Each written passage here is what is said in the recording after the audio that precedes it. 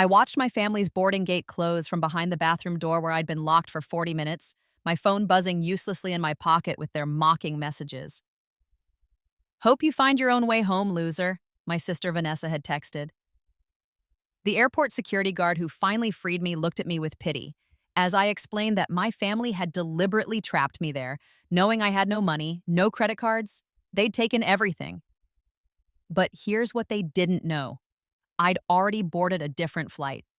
A first-class ticket to London under a different name, purchased 3 weeks ago when I first came back from death, and realized exactly what they'd planned. This was my second chance at living through this nightmare, and this time, I wasn't going to be their victim. Let me take you back to how I died the first time. I was 23 years old, standing in the rain outside our family estate in Connecticut, banging on the door while my lungs slowly filled with fluid from the pneumonia they'd refused to get treated. My mother, Christine Ashford, society darling and philanthropist extraordinaire, had personally driven me there from the airport after this exact same family vacation where they'd abandoned me. "You're so dramatic, Elena," she'd said, watching me cough blood into my hands. "It's just a cold. Stop trying to get attention." She'd left me there in the rain. Our housekeeper, Mrs. Chen, had been fired the week before, another one of Vanessa's schemes to isolate me.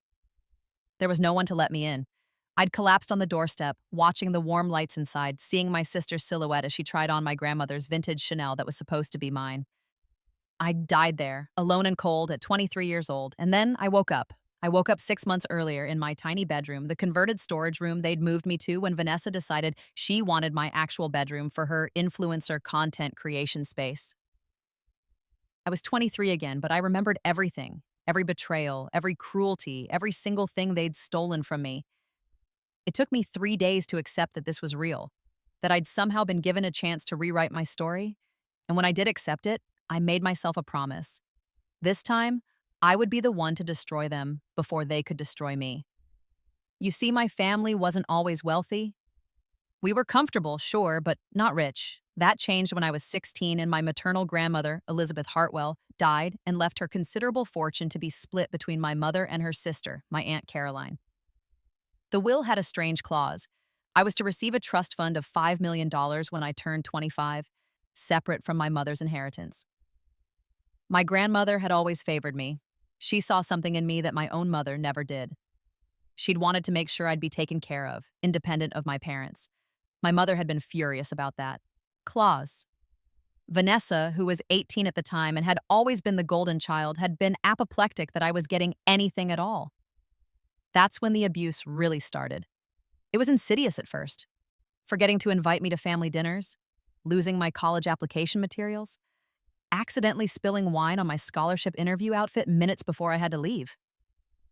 Vanessa started a rumor at my university that I was a kleptomaniac, which cost me my part-time job and several friendships. But it escalated. They convinced me to drop out of school, saying they'd support me while I figured things out. Then they cut off all support. They had me work at our family's investment firm, Ashford Capital, doing menial tasks for no pay, calling it gaining experience. They isolated me from the extended family, telling everyone I'd become unstable and unreliable. My father, Richard Ashford, was just as bad. He was a weak man who worshipped my mother and Vanessa. He'd stopped seeing me as his daughter years ago. I was just an inconvenient obligation, a reminder that he'd have to share the family wealth someday. The worst part? They were planning to kill me.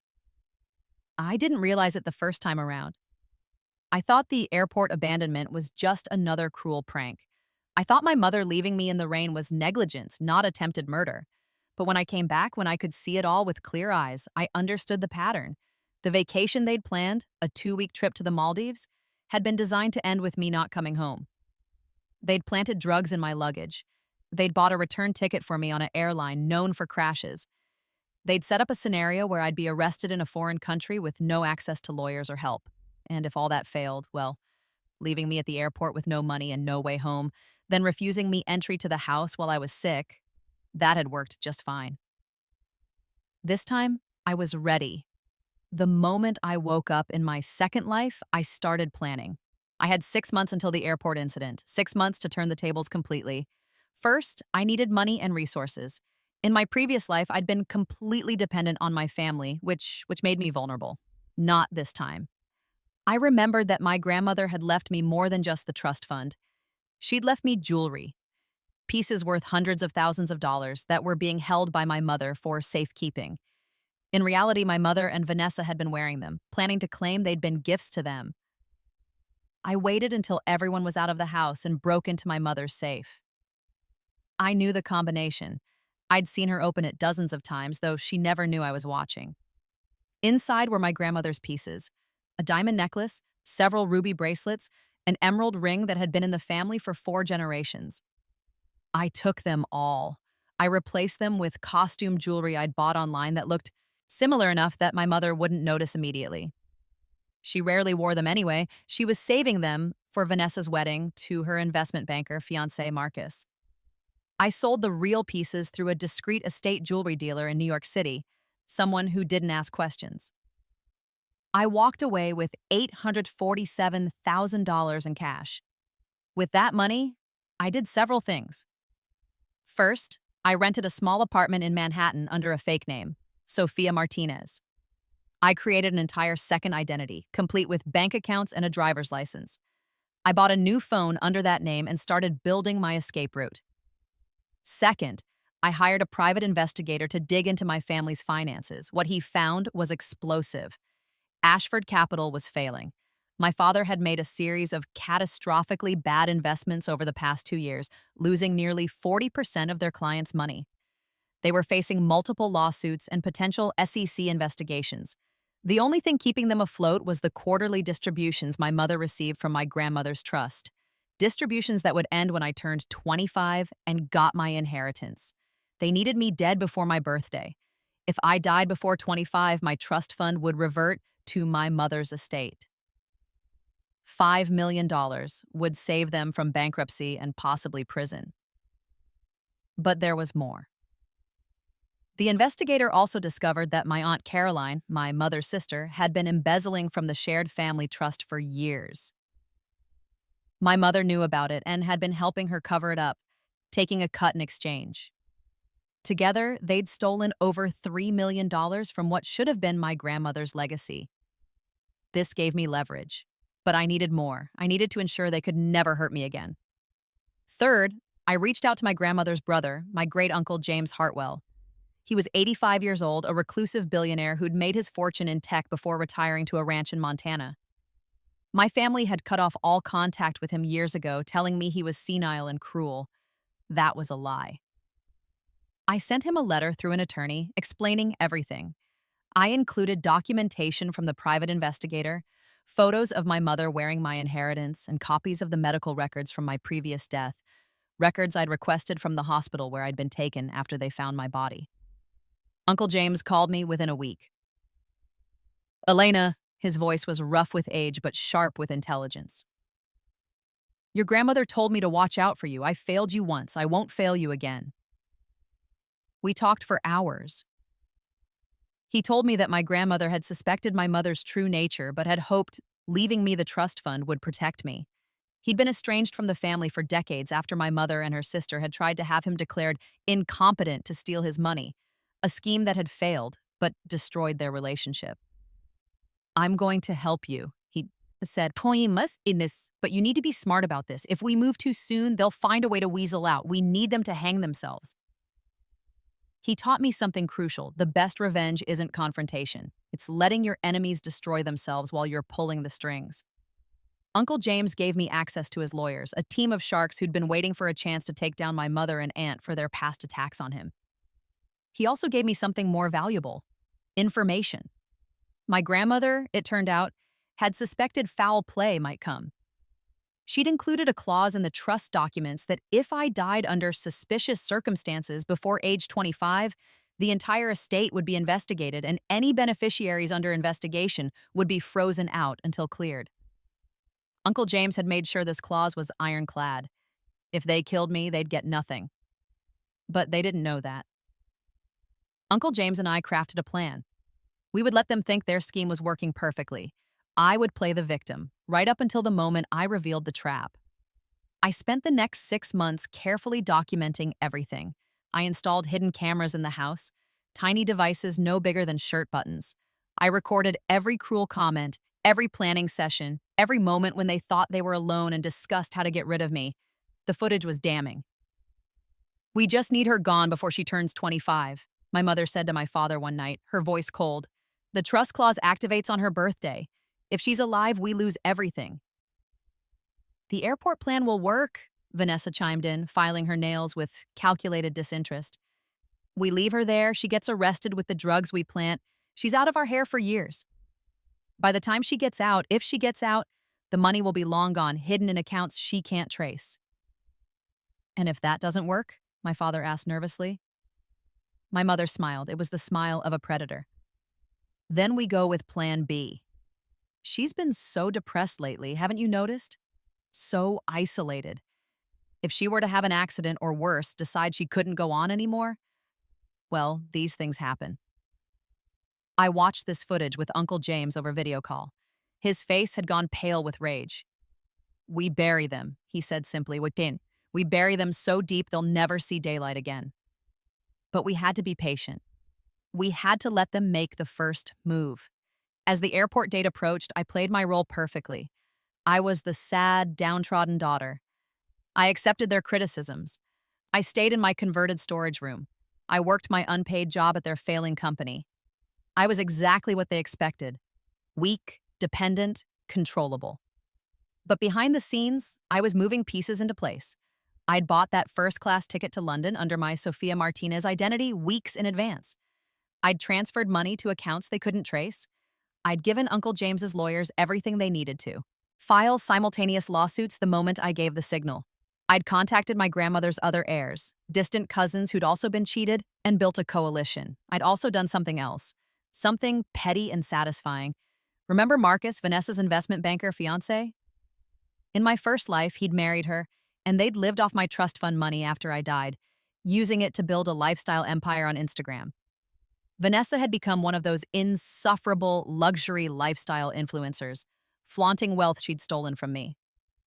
This time, I made sure Marcus knew the truth about what he was marrying into. I created an anonymous email account and sent him everything, every piece of evidence showing that Ashford Capital was bankrupt, every document proving that my mother and aunt were embezzlers, every video showing how Vanessa really talked when the cameras were off, cruel, calculating, and utterly devoid of the sweet persona she showed him. I also included evidence that Vanessa had been cheating on him with his own brother for the past year. Marcus called off the wedding 3 weeks before the airport trip. Vanessa was devastated, not because she loved him, but because she'd been counting on his family's money and connections. She blamed me somehow, though she had no proof. It made her even more vicious, which was perfect. The crueler she was, the more evidence I collected. The day of the airport trip finally arrived. They'd planned everything so carefully. We were supposed to take a family vacation to the Maldives, something we'd never done before, which should have been my first warning. My mother had been almost giddy with excitement, which was unusual. Vanessa had been uncharacteristically nice to me, even helping me pack. "I'm so glad we're doing this as a family," she'd said, her smile not reaching her eyes. "We haven't spent enough time together lately." What I knew that they didn't, they'd planted 2 kilos of cocaine in my checked luggage. They'd anonymously tipped off airport security. They'd booked me on a flight that would route through a country with draconian drug laws. And they'd made sure I had no access to legal help or money once I was arrested. It was an elegant plan, really. I'd be imprisoned abroad, unable to access my trust fund, and they'd have all the time in the world to drain the accounts and disappear the money. By the time I got out, if I got out, there'd be nothing left to claim. But that's not what happened. We arrived at JFK Airport at 6 a.m. for our 10 a.m. flight. My father immediately suggested coffee, and my mother steered me toward a bathroom while Vanessa went to check us all in. "You should freshen up, dear," my mother said, her voice dripping with false sweetness. "You look tired." I went into the bathroom, knowing what came next. Sure enough, as soon as I entered a stall, I heard the bathroom door close and lock from the outside. My family had bribed an airport employee, custodian they'd paid off weeks ago, to accidentally lock the bathroom for maintenance. I heard Vanessa's voice through the door, mocking and clear. Enjoy your vacation, Elena. Oh, wait, you're not coming. Our bad. Their laughter faded as they walked away. I waited exactly 5 minutes. Then I called the second phone I'd hidden in my bra, my Sofia Martinez phone, and contacted airport security myself, playing the panicked abandoned passenger. A security guard freed me within 10 minutes.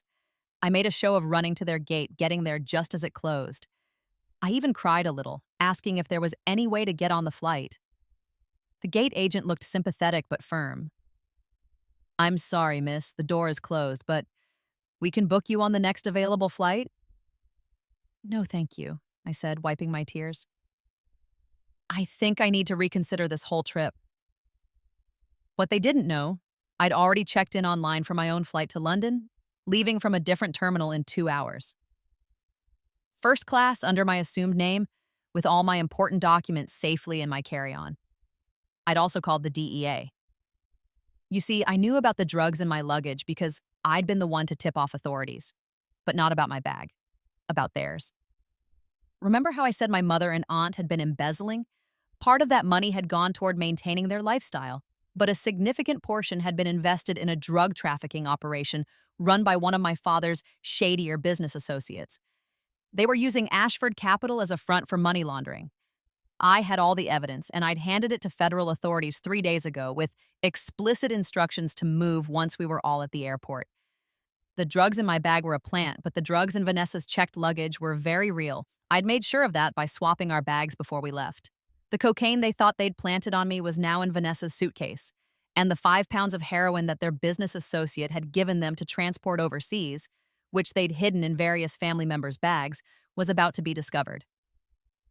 As I walked to my own terminal, sipping an overpriced latte and checking my new phone, I got a news alert. Breaking. Major drug bust at JFK Airport. 3 family members arrested with over 20 pounds of narcotics. Connection to investment firm money laundering scheme under investigation. I smiled. The flight to London was glorious. I'd never flown first class before. My family had always made me fly economy while they enjoyed the front of the plane. Now I sank into a leather seat that converted to a full bed, accepted a glass of champagne from an attentive flight attendant, and watched the clouds drift by. I slept deeply for the first time in years. When I woke, we were descending into Heathrow. Uncle James had arranged for a car to meet me. The driver was a tall, stern-faced woman named Margaret, who'd worked for my great-uncle for 30 years. Miss Elena, she said, shaking my hand with a grip like iron. Mr. Hartwell is very pleased you've arrived safely. He's arranged accommodations for you at the Savoy. He thought you might enjoy a few days in London before heading to Montana. Montana? I asked. Margaret smiled. It transformed her severe face into something almost warm.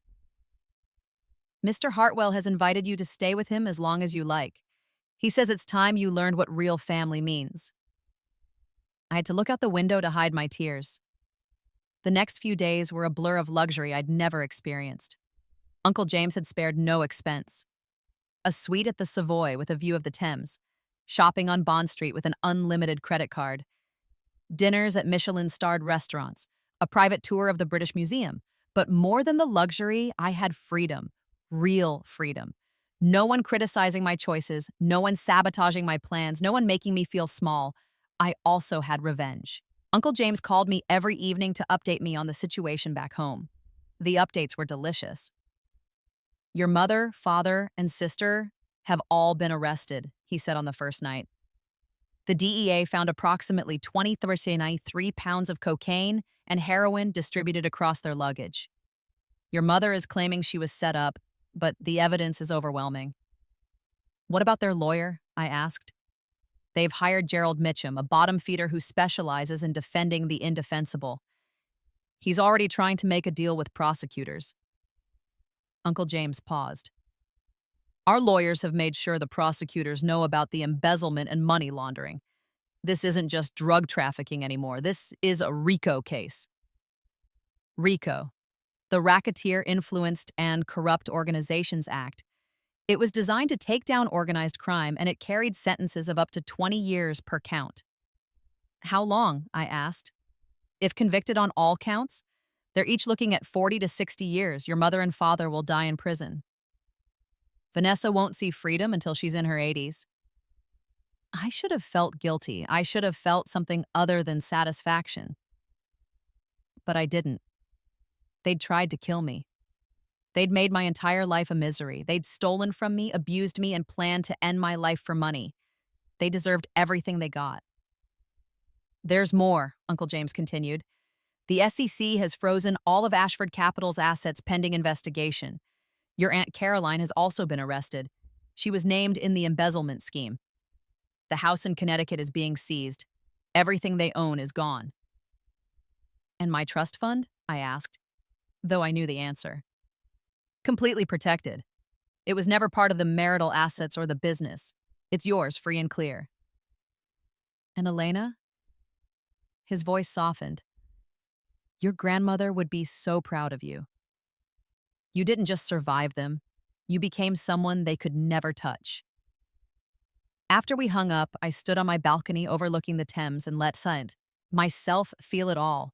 The grief for the girl I'd been, who'd believed her family loved her, the rage at what they'd done, the satisfaction of seeing justice served, and underneath it all, hope. For the first time in my life, I had hope. I stayed in London for a week before flying to Montana.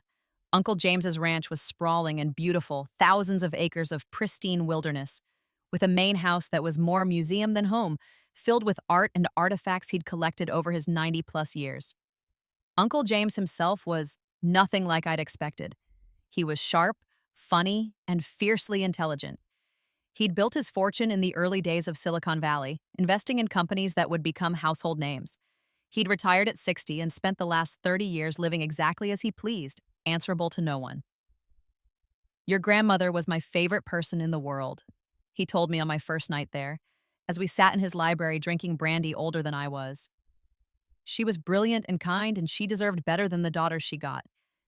When she died and left you that trust fund, she called me. She said, James, watch out for Elena. She's special, and they're going to try to destroy her. I should have done more. You're doing it now? I said. He nodded. I am, and I'm going to do something else. I'm 85 years old, Elena.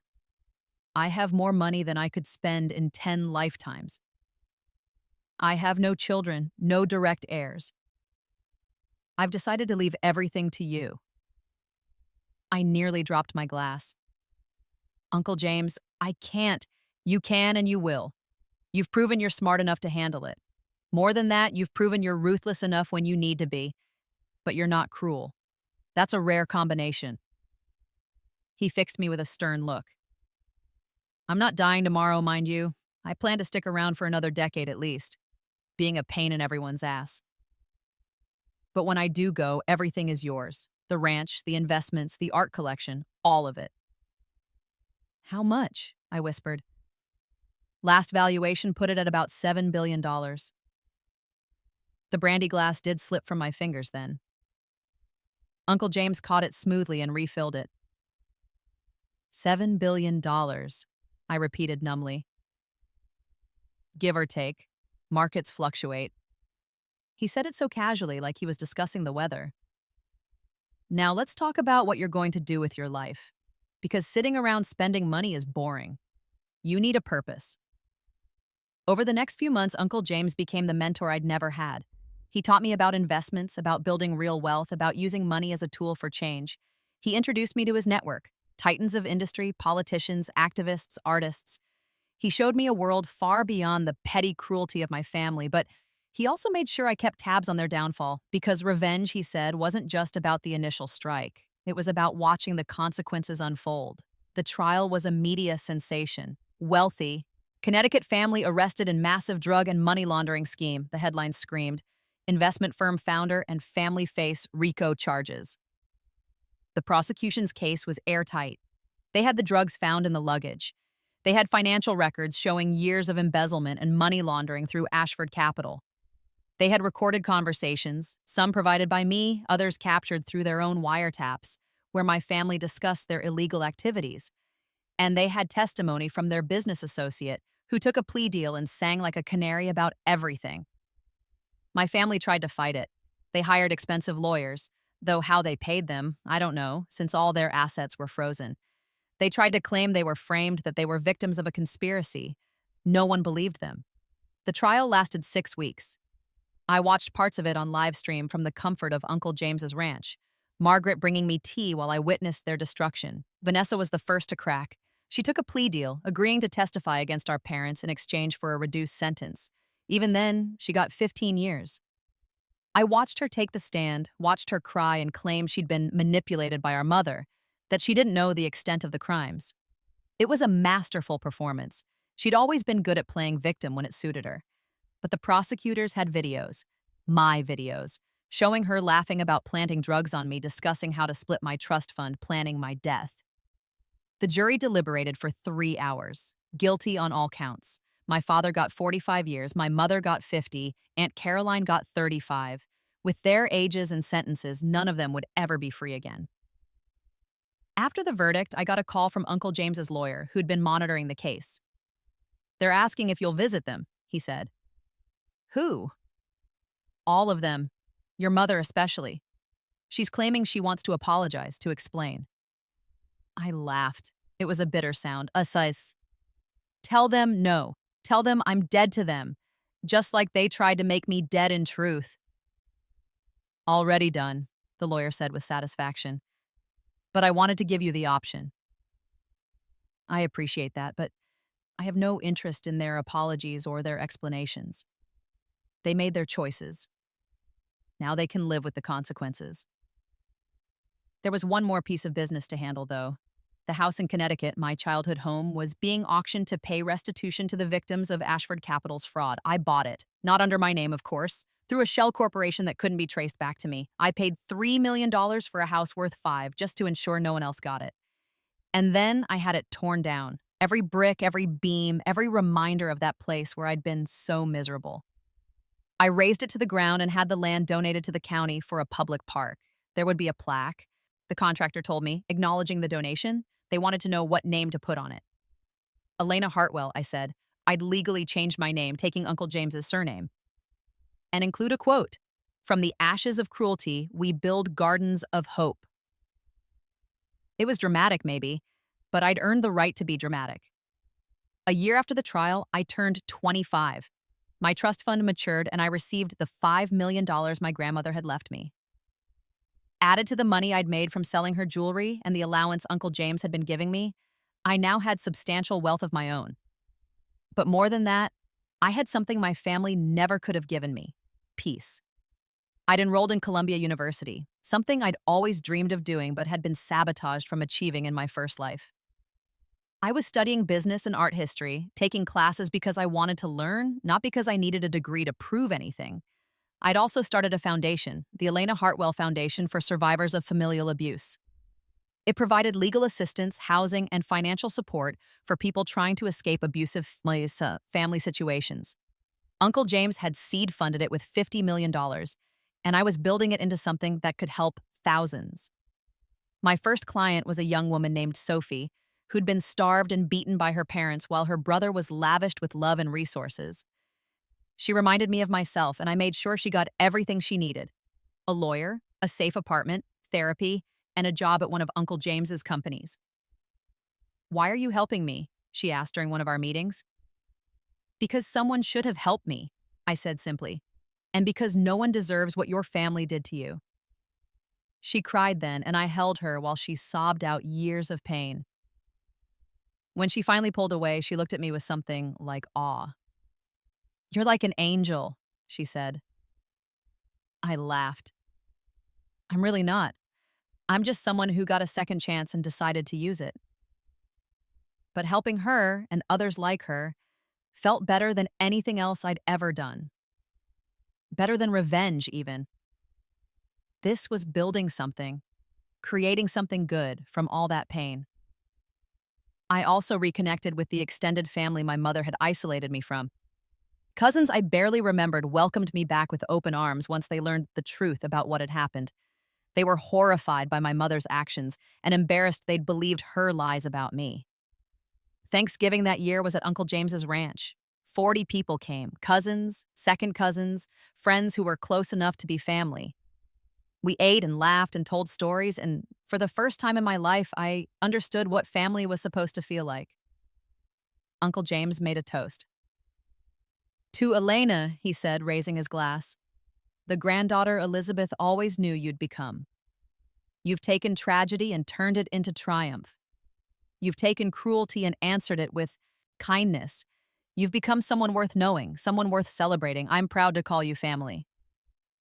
Everyone drank, and I had to wipe away tears. Later that night, after most people had gone to bed, Uncle James and I sat in his library again. Do you ever regret it? He asked. What you did to them? I considered the question seriously. No, I said finally. They tried to kill me. They abused me for years. They stole from me and from my grandmother's memory. What I did was justice. It was more than justice, Uncle James said. It was art. You didn't just stop them, you let them destroy themselves with their own greed and cruelty. That takes a special kind of intelligence. You taught me that, I reminded him. I taught you tactics.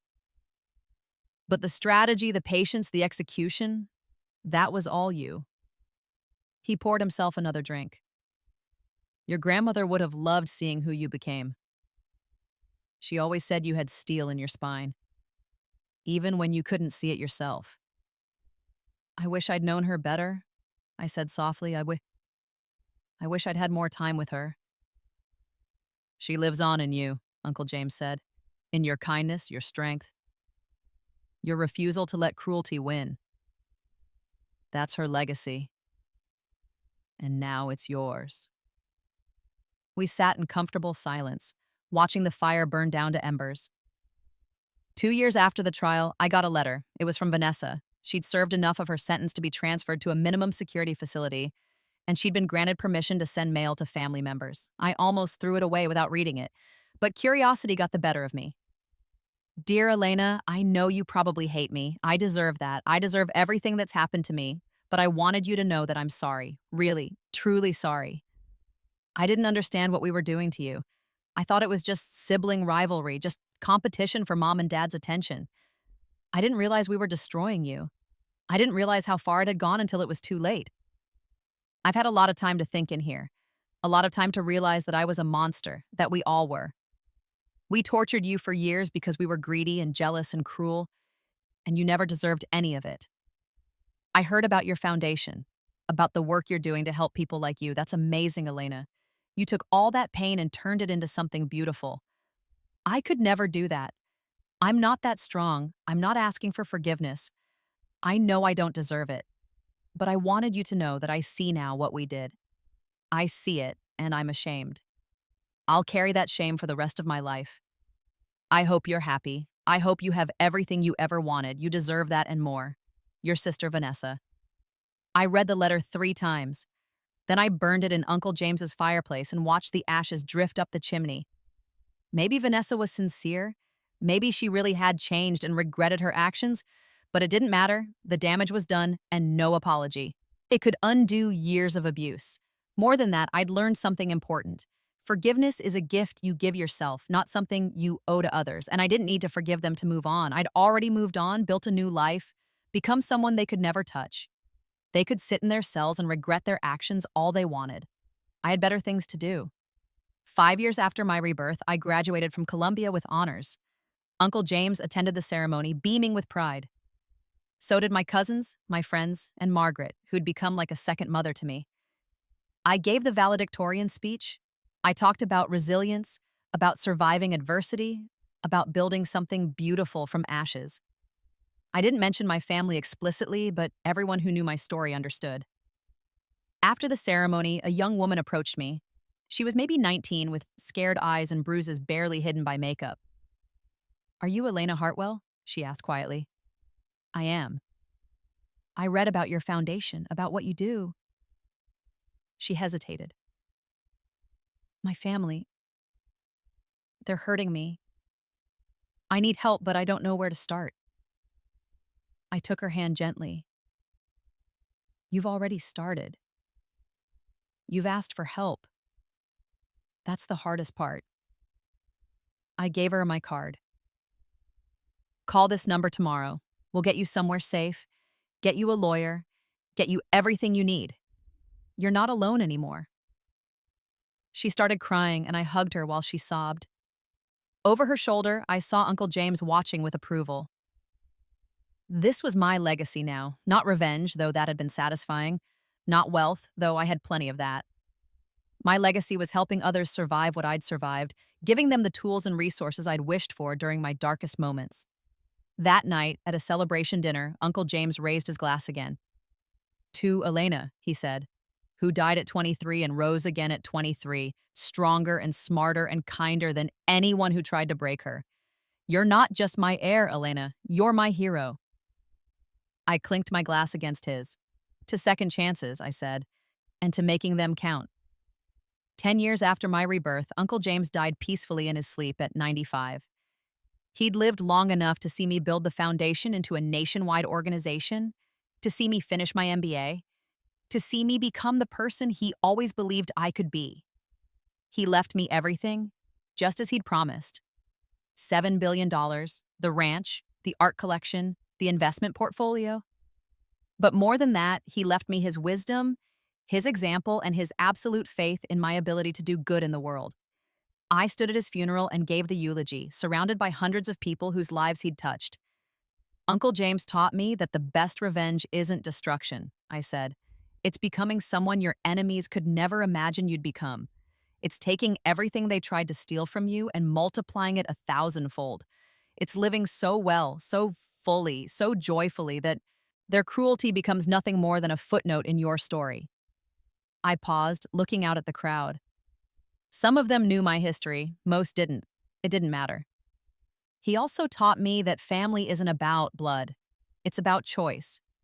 It's about surrounding yourself with people who see your worth, who celebrate your victories, who stand with you in your darkest moments. Uncle James chose to be my family when my blood relatives chose to be my tormentors. And that choice changed everything. After the funeral, I went back to the ranch. My ranch now. Margaret was there, of course. She'd been left a generous bequest in Uncle James's will and had chosen to stay on as estate manager. "He was so proud of you," she said, handing me a cup of tea in the library where Uncle James and I had spent so many evenings talking. "I know, I felt it every day." "He left you something," Margaret said. "A letter. He wrote it last year when he knew his time was getting short." She handed me an envelope with my name written in Uncle James's distinctive scrawl. I opened it with shaking hands. "My dearest Elena, if you're reading this, I'm gone. Don't cry for me. I lived a long, full life, and I got to spend the end of it watching you bloom into the remarkable woman I always knew you'd become. I'm leaving you everything because you're the only person I trust to use it wisely.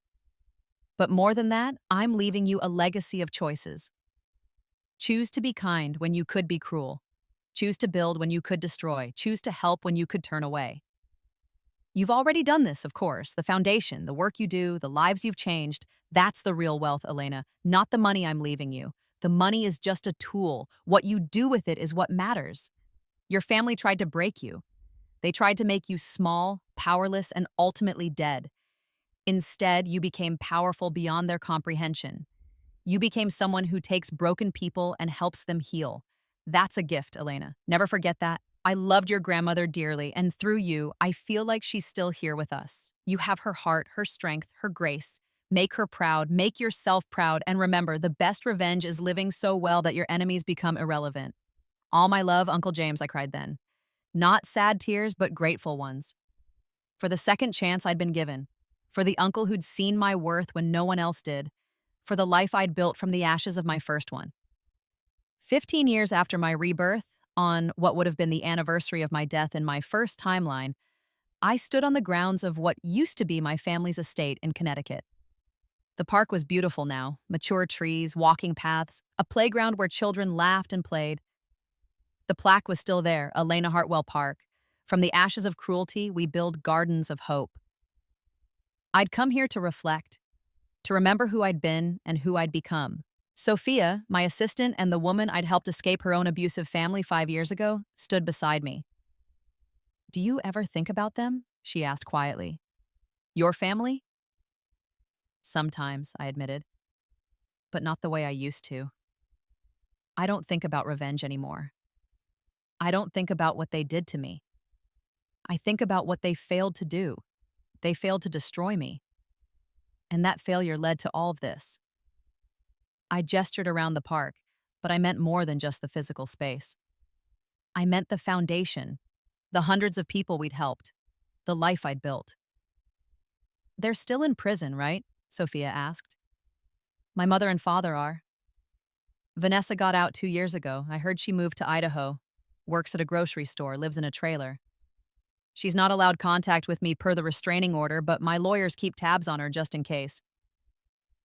Do you worry she'll try something? I laughed. No, Vanessa learned her lesson. She spent 15 years in prison and lost everything. Her youth, her beauty, her prospects, her reputation. She's broken in a way I never was, even at my lowest point. She knows that if she so much as looks at me wrong, I have the resources to bury her.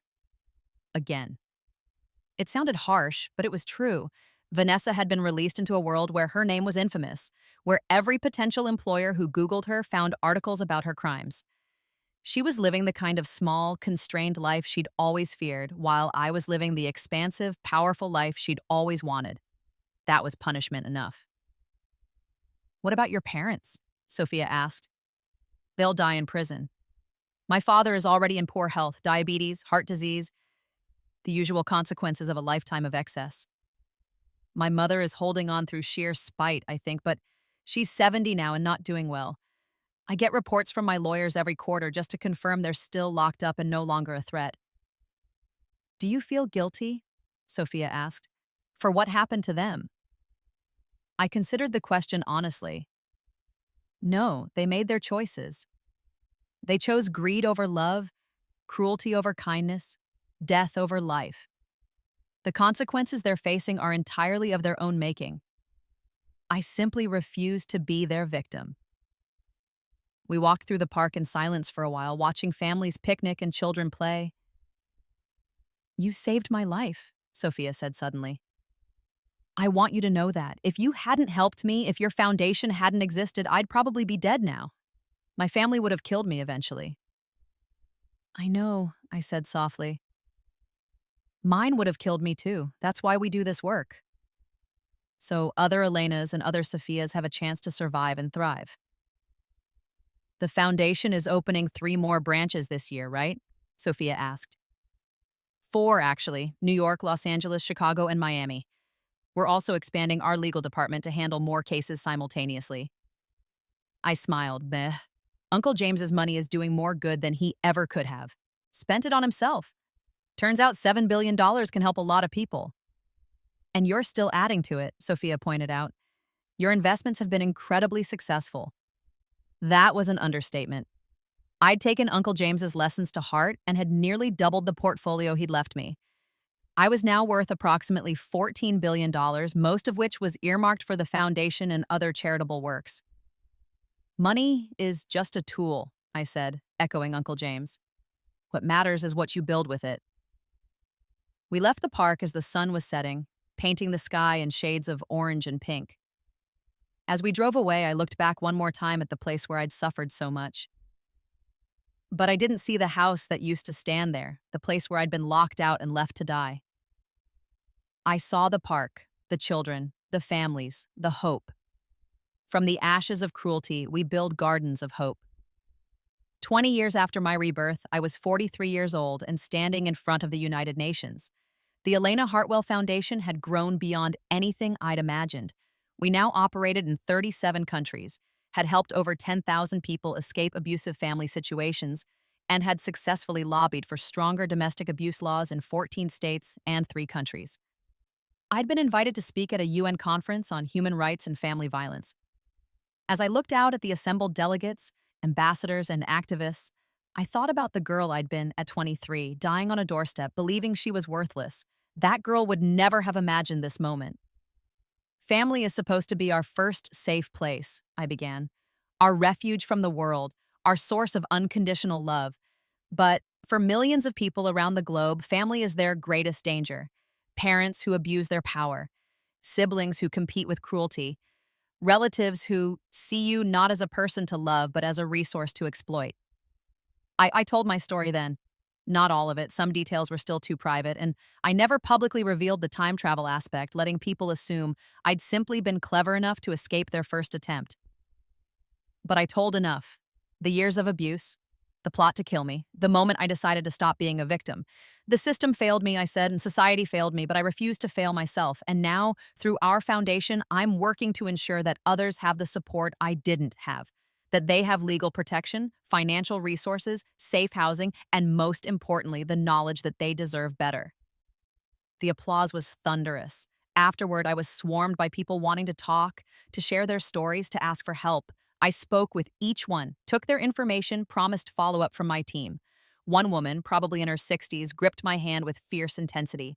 "My daughter," she said in accented English, and "she is trapped. Her husband, his family, they hurt her. She cannot leave.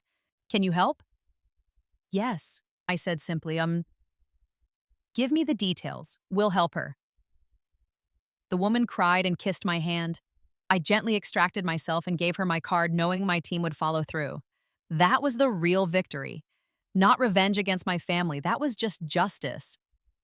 The real victory was every person we helped, every life we saved, every cycle of abuse we broke. 25 years after my rebirth, on my 48th birthday, I received news.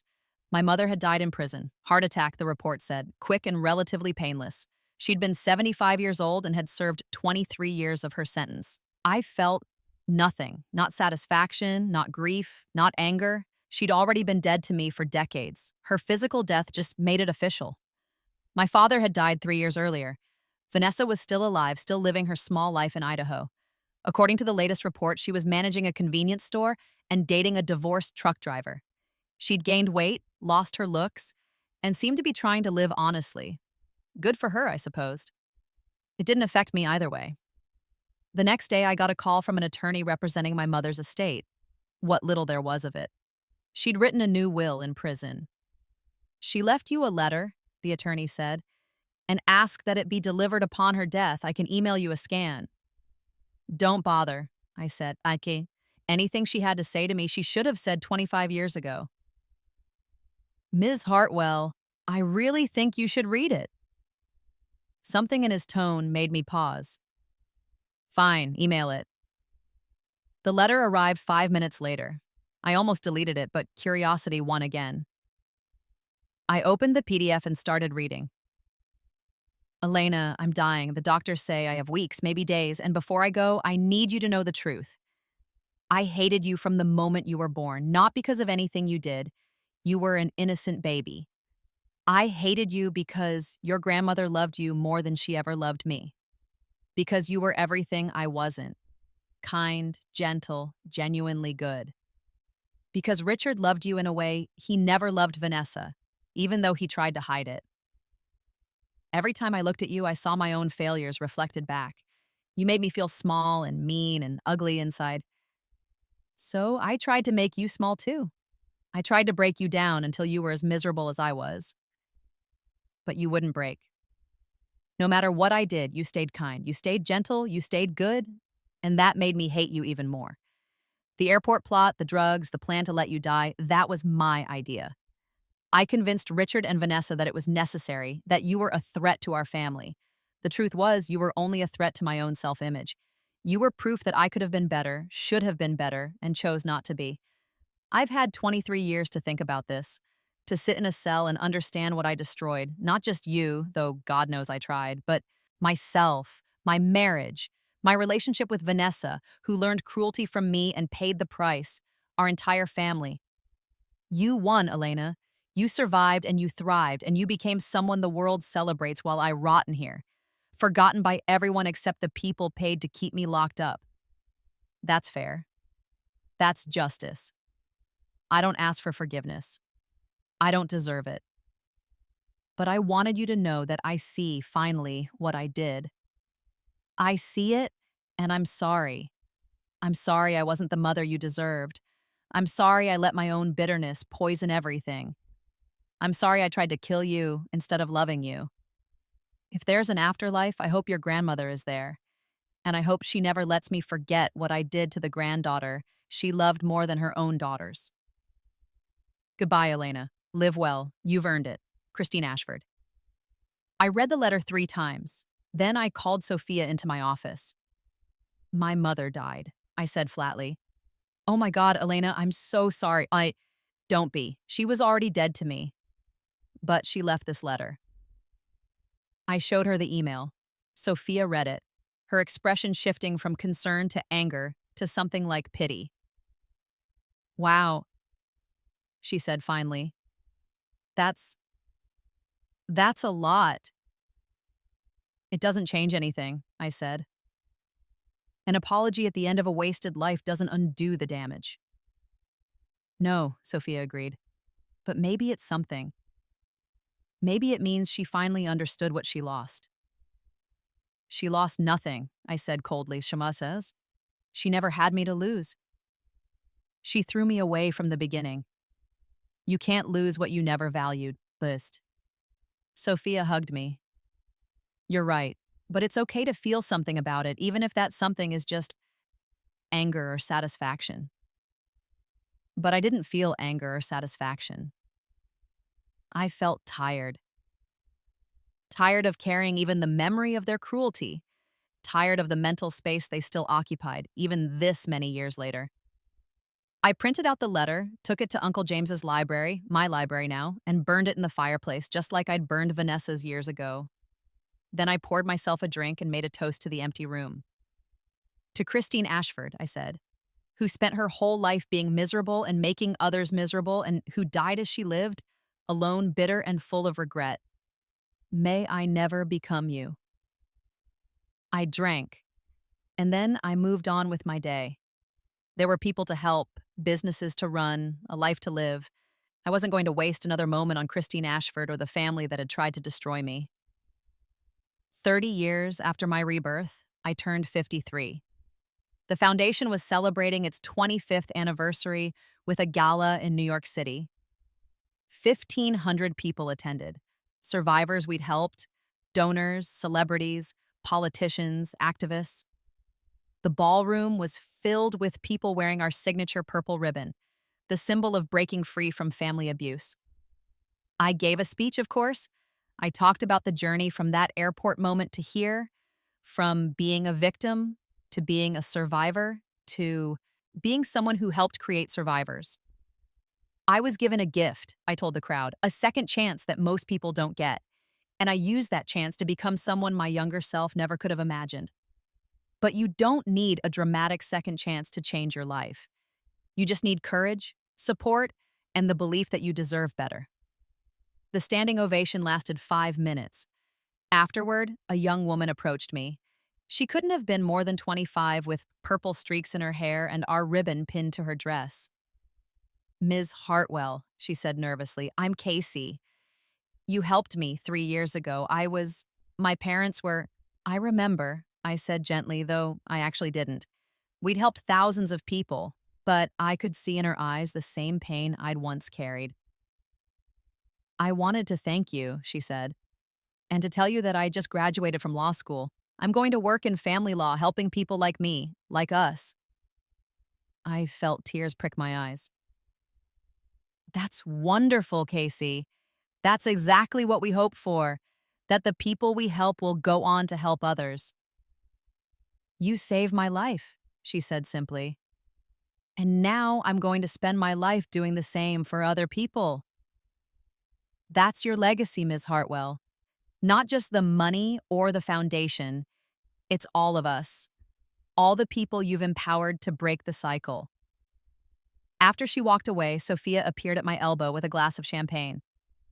Another success story, she said with a smile. Another life saved, I corrected. That's all that matters. We clinked glasses and looked out at the ballroom full of people, survivors, supporters, staff, all united in the mission to help families heal or help people escape families that couldn't be healed. This was my revenge, I realized. Not the prison sentences or the financial ruin I'd inflicted on my family. This was the real revenge. Building something so beautiful and important from the ashes of their cruelty that their crimes became almost irrelevant. They'd tried to make me nothing, and I'd become someone who changed the world. 35 years after my rebirth, I was 58 years old and slowing down. Not stopping. I'd never stop, not until they carried me out.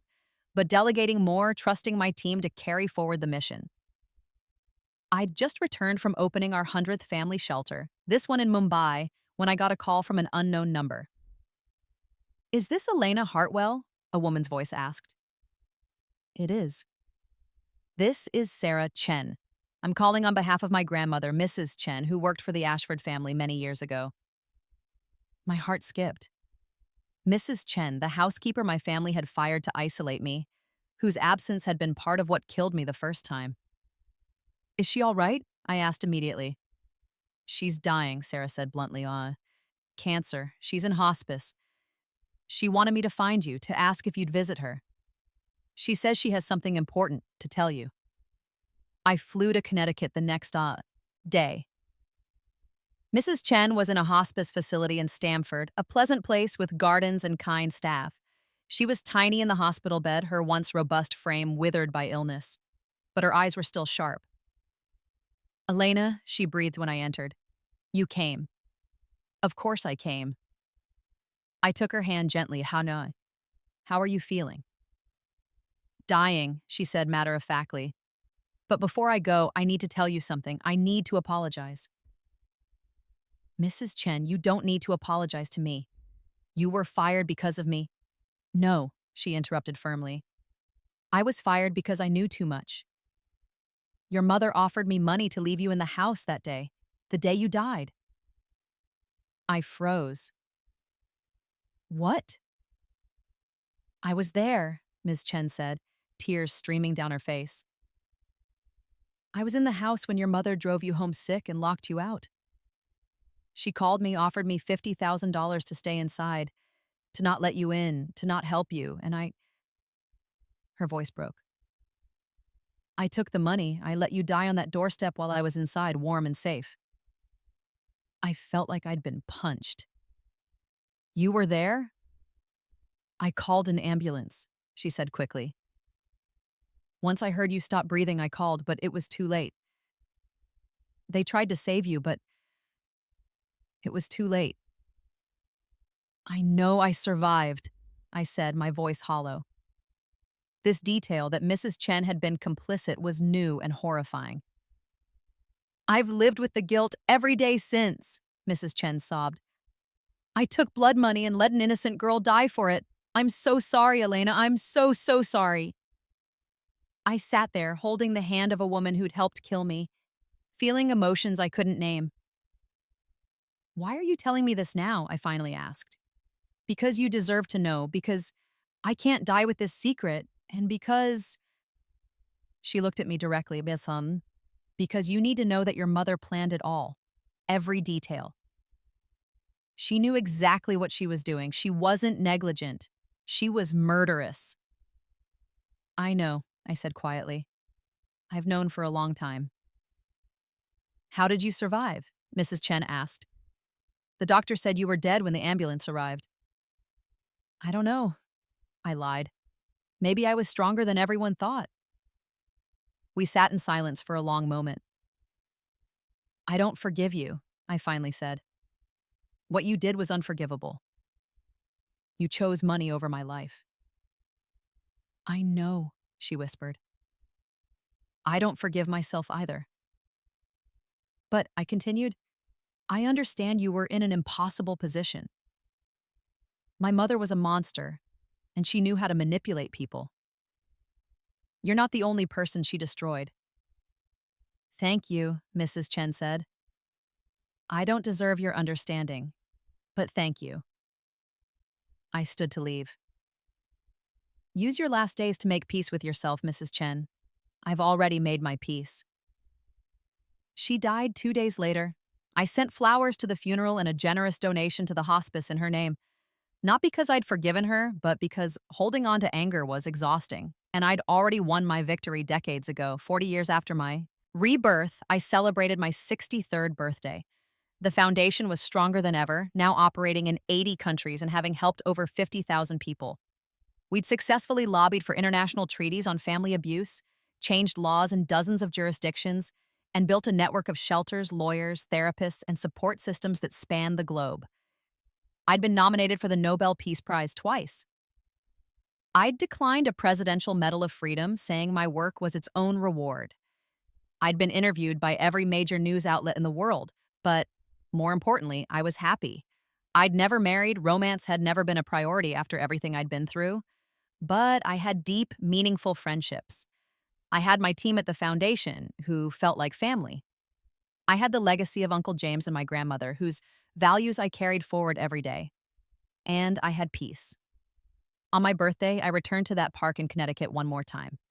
It had matured beautifully, the trees now tall and full, the playground upgraded, the walking paths well maintained.